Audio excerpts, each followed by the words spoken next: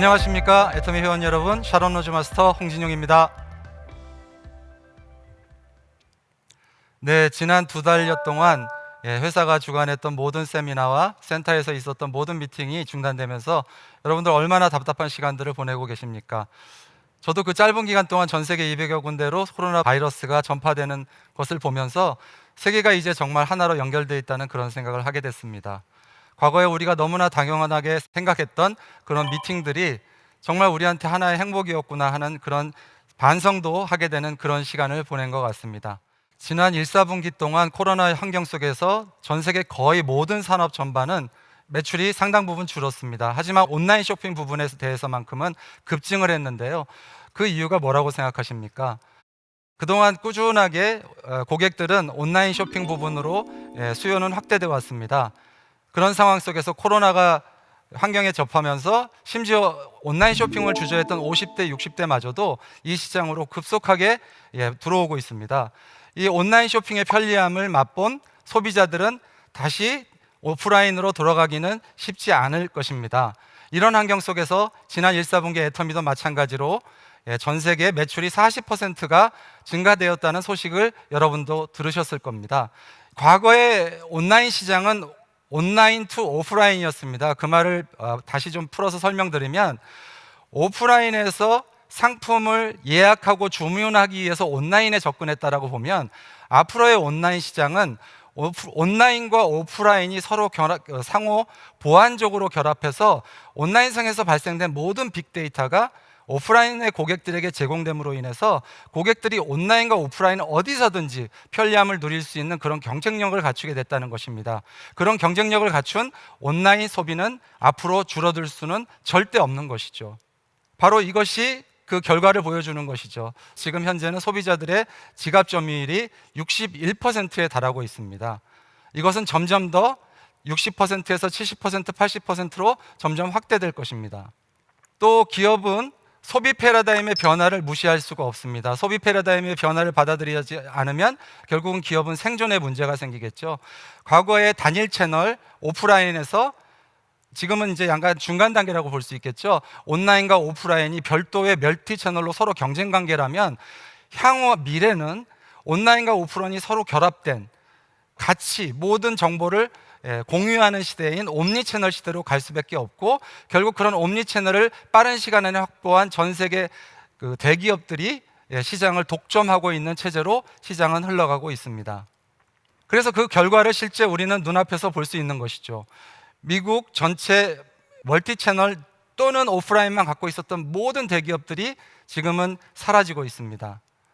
2010년도에 삼성전자가 스마트폰을 발표한 이후로 전 세계는 빠른 속도로 스마트폰 인구가 늘어나고 있습니다. 현재 70%에서 앞으로 2022년이 되면 전 세계 인구의 80%가, 심지어 우간다 같은 국가는 전기를 사용하는 전기 그 수혜자가 300만인데 핸드폰, 스마트폰 사용자는 1000만 명이라고 합니다.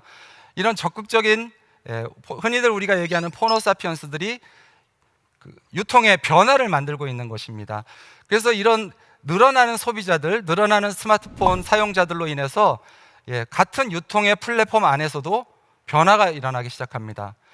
플랫폼을 모르는 기업의 미래는 없습니다. 이미 그것은 누구나 다 알고 있는 상식입니다. 하지만 그 플랫폼 안에서도 새로운 변화들이 추진되고 있는데요.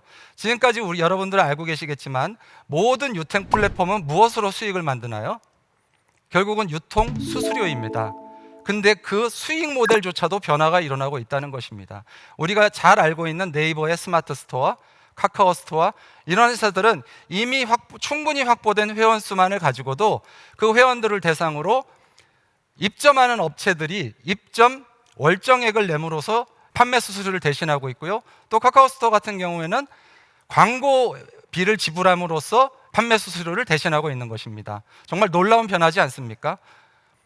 또 다른 변화를 보면은요, 지금은 너무 많은 유통 채널이 존재한다는 것입니다. 그래서 일어난 변화가 어떤 것이냐, 저도 최근에 무선 마이크를 하나 구입하기 위해서 포털을 뒤지다가 결국은 어디서 결정을 내렸냐? SNS, 유튜브 채널을 보고 결정을 내렸습니다. 지금은 소비자들은 소비를 결정하는 데 있어서 어디서 결정을 하느냐? 유튜브, 인스타그램 같은 SNS에서 결정합니다. 이유가 뭐냐? 그 안에서는 기존의 채널에서 느낄 수 없었던 스토리텔링, 공감, 거기에 더해서 사회적 가치까지 확인할 수 있는 방법들이 거기 있기 때문입니다. 또 두 번째로는 너무 많은 채널이 있고 너무 많은 제품이 있다 보니까 정말 좋은 제품들을 소개해 줄 수 있는 큐레이션이 어느 때보다도 중요한 시기가 됐습니다. 지금은 누구나 다 제품을 생산하고 누구나 다 쇼핑몰을 만들어서 오픈할 수 있는 시대가 됐습니다. 그러다 보니 더 이상 가격이 모든 구매 결정의 요소가 될 수는 없다라는 것입니다. 결국은 누구도 모방할 수 없는 개성을 갖고 있는 쇼핑몰이 살아남을 수밖에 없다라는 것이죠. 예를 들어서 여러분 다 아시겠지만 아마존의 프라임 서비스라는 것이 있습니다. 이 프라임 서비스는 연회비 120불 정도만 내면 1년 내내 모든 영화를 무료로 시청할 수가 있고요. 당일 배송을 무료로 받을 수가 있고요. 아마존이 갖고 있는 모든 사업 분야에서 많은 혜택들을 받고 있습니다. 아마존의 어필리에이트 브랜드라는 프로그램은요, 일반 아마존의 유저가 다른 고객에게 사이트 내의 상품을 판매가 되도록 홍보하고 전달을 하게 되면, 거기서 만약 판매가 일어나게 되면 그 판매 수익의 일정 부분을 보상한다는 프로그램을 갖고 있습니다. 최근에 저는 굉장히 놀라운 회사를 발견했습니다. 중국의 판도더라는 회사인데, 이 회사는 판도더 홈페이지에 있는 상품을 중국 내 다른 위챗 같은 SNS 링크를 시켜서 공동 구매하는 고객들을 많이 모아올수록 그 숫자에 따라서 가격을 다르게 차등 적용하는 정책을 채택해서 불과 2년 만에 중국 2위의 기업이 됐고 미국 나스닥에 상장하는 회사까지 된 것입니다. 이런 유통의 변화들은 소비자들에게 한 가지 결정을 요구하고 있습니다. 어떤 결정일까요? 단순히 소비자의 객체로서 소비자로서만 남든가, 아니면 적극적으로 유통의 변화에 뛰어들어서 수익을 창출하는 유통 변화의 주체가 되든가, 여러분들은 어떤 선택을 하시겠습니까? 결국 이런 강력한 컨텐츠 큐레이션을 갖춘 기업, 전 세계 큰 대기업들이 유통시장을 독점하고 있습니다. 문제는 이 독점이 새로운 문제를 만들고 있다는 데 있는 것입니다. 과거에는 모든 동네에 여행 대리점들이 있었고, 일반 소비자들이 거기 가서 비행기를 예매하나 호텔을 예매하나 여행 프로그램을 구매하든 그렇게 했습니다. 전 세계 모든 여행은 몇 개의 대기업 플랫폼 회사의 수익이 집중되고 있습니다. 유통도 마찬가지죠. 미국 유통의 절반 이상이 아마존으로 통합되고 있습니다. 많은 사람들의 생계수단이 점점 사라지고 있다는 데 문제가 있는 것이죠.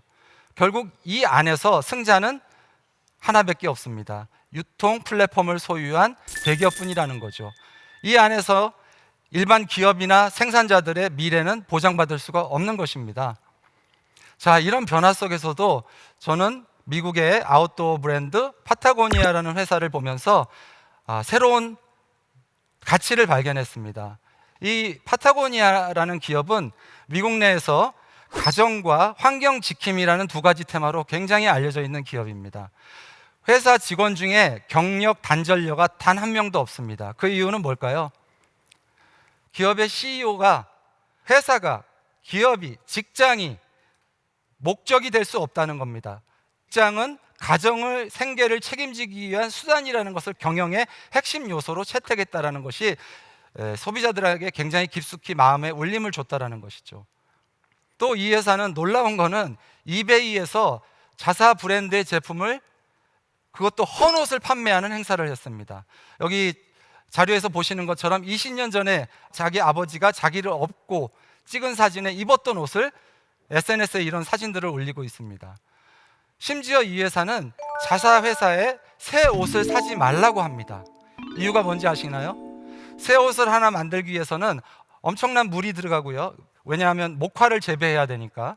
목화를 재배하기에 들어가는 물, 또 그 제품을 생산하기 위해서 발생되는 탄소 배출량, 또 이 옷이 결국에는 쓰레기로 버려지기 때문에 발생되는 쓰레기, 이런 것들을 종합적인 수치로 제공함으로 인해서 파타고니아가 가정과 환경을 지키기 위해서 얼마나 노력하는 기업인가를 사회에 끊임없이 알리고 있습니다. 만약 이런 환경을 중요시 여기는 기업들, 가정을 중요시 여기는 소비자들, 이런 분들이 봤을 때 너무나도 사랑스러운 기업들이 아닐까요? 이런 사회적 가치를 추구하는 기업들에 대한 자세한 이야기들을 저는 굿컴퍼니라는 책에서 만났습니다. 이 책에는 이런 사회적 가치를 추구하는 많은 기업들에 대한 소개가 되어 있으면서 이런 기업들을 위대한 회사라고 했고, 결국은 이 회사들이 추구하는 것들이 결국 착한 것은 승리할 수밖에 없다라는 진리를 적어놨죠. 저는 이 문구를 보면서 가슴이 떨려왔습니다. 왜죠? 우리 애터미에도 똑같은 말이 있습니다. 정선상약. 그 단어가 결국 우리 애터미도 사회적 가치를 추구하는 그런 기업이라는 것을 의미하는 표현이 될 것이라고 저는 생각합니다. 네, 그렇다면 우리는 왜 애터미를 선택해야 하는 걸까요? 만약 기업의 CEO에게 당신의 회사가 왜 존재해야 되는지, 당신의 회사가 왜 선택받아야 하는지를 설명할 수 없다면 과연 그 회사가 존재할 수 있을까요? 저는 애터미가 왜 선택돼야 하는지에 대한 이유를 지금부터 여러분과 함께 생각해 보려고 합니다. 기존의 플랫폼은 모든 수익이 플랫폼 회사에 집중되게 되어 있습니다. 그 생태계 안에서는 그 플랫폼 회사를 제외하고는 어떤 누구도 미래를 보장받을 수는 없는 것이죠. 하지만 애터미라는 플랫폼은 소비자에게 소비의 객체로서 유통의 말단인 터미널이기도 하지만 또 회원가입과 동시에 그 플랫폼을 분양받아서 소유주로 만들어주기 때문에 유통의 허브의 역할을 할 수 있게 되는 것입니다.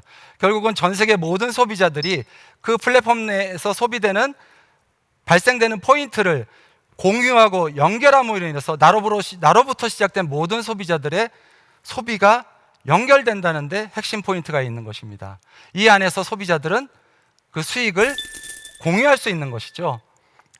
박한길 회장님은 이러한 포스트 플랫폼 기업으로서 성공하기 위해서 반드시 필요한 핵심 경영 요소들을 너무나 잘 알고 계십니다. 다단계 회사와 경쟁하지 않겠다. 또 기존의 일반 유통과 경쟁해서 살아남겠다. 포인트가 없는 소비를 지구상에서 없애버리겠다. 전 세계 유통의 허브가 되겠다.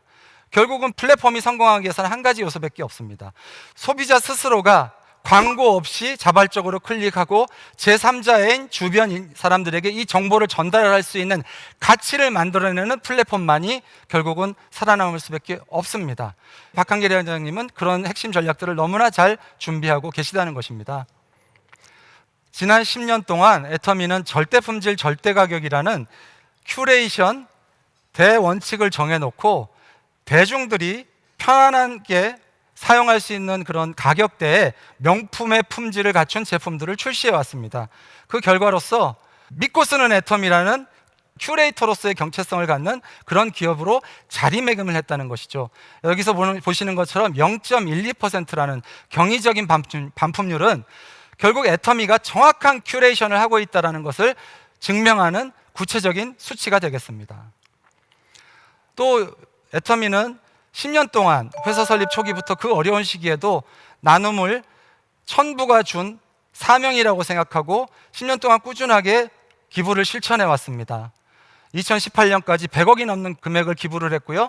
2019년에는 중견기업 역사상 최초로 일시불 100억이라는 금액을 기부했습니다. 또한 애터미가 환경에 생각하는 것도 이런 장표를 보면 표를 보면 알 수 있는데요. 여러분, 한 달에 1억이라는 추가 비용이 들어가면서 플라스틱 완충제를 제거하고 종이 재질로 교체를 했습니다. 어떤 기업들이 과연 이런 불경기에 이런 선택들을 할 수 있을까요? 결국은 이런 지금까지 지내왔던 이런 애터미가 추구하는 사회적 가치, 사회적 공헌에 대한 또 소비자를 중심으로 회사를 운영하는 것에 대한 인정을 받아서 국가가 인정하는 제도, 소비자 중심 경영이라는 CCM 인증을 획득하기에 이르렀습니다. CCM 인증은 회사 내의 모든 조직이 소비자를 중심으로 구성되어 있는지, 또 구성되어 있는 조직이 그렇게 운영되고 있는지, 또 운영되고 있는 그것이 앞으로도 계속 개선을 하고 있는지를 2년마다 계속해서 검증을 하고 있는 그런 국가 공인 제도인데요. 우리나라 50만 개가 넘는 기업 중에 단 182개 기업만이 이 인증을 획득했습니다. 정말 자랑스럽지 않습니까? 이런 일련의 모든 활동들을 소비자들이 알고 또 소비자들이 애터미가 추구하는 그런 사회적 가치에 대해서 공감하고 전 세계적으로 10년 동안 680만 명이라는 회원이 생겼습니다. 앞으로도 끊임없이 늘어나겠죠. 그러면서 또 10년 동안 애터미는 단 한 번의 매출의 성장이 중단 없이 10년 동안 성장해서 국내 매출 1조, 해외 매출 1조 5천억이라는 경이적인 기록을 단 10년 만에 세운 것입니다. 여러분들이 이 표에서 보시는 것처럼 애터미는 과거 10년 동안 비약적인 발전을, 변신을, 진화를 해왔습니다.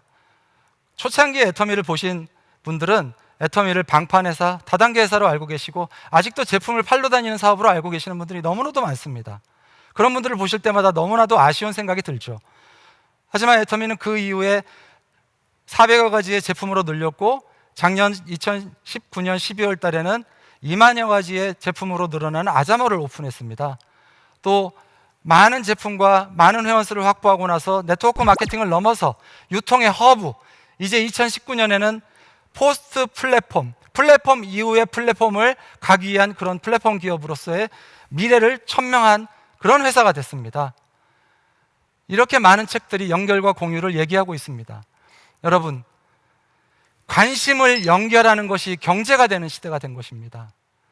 세상에 없던 걸 새로 만드는 것이 아니고 세상에 있는 것들을 모아서 새로운 연결을 만드는, 애터미가 세상에 없는 연결을 만든 것입니다. 공존을 위한 소비 생태계를 연결하는 것, 이 진실을 연결하면 애터미가 앞으로 100년 기업, 100조 기업이 될 거라는 확신 여러분 들지 않으십니까? 이렇게 나로부터 시작해서 전 세계로 모든 소비자들의 소비 자산이 여러분들 연결되는 그런 시대가 된 것입니다. 앞으로 5년 뒤, 10년 뒤에 여러분 애터미의 미래, 그 안에서 우리의 미래를 한번 생각해 보시기 바랍니다. 마지막으로 아직도 신념과 편견을 구분 못하시는 분들을 위해 스펜서 존슨, 누가 내 치즈를 옮겼을까? 그 책에 나와 있는 글을 보여드리면서 마치겠습니다. 과거의 신념이 우리를 새로운 치즈로 이끌어주지는 않습니다. 네, 여러분, 이제는 변화를 주도적으로 해야 될 때입니다. 변화는 더 이상 우리들의 선택이 아니고 필연입니다. 어려운 코로나 환경에서 잘 이겨내시고 이 혁명적인 변화 속에서도 꼭 승승장구하셔서 성공자가 되시는 여러분들이 되시기를 기원하겠습니다. 네, 끝까지 들어주셔서 감사합니다.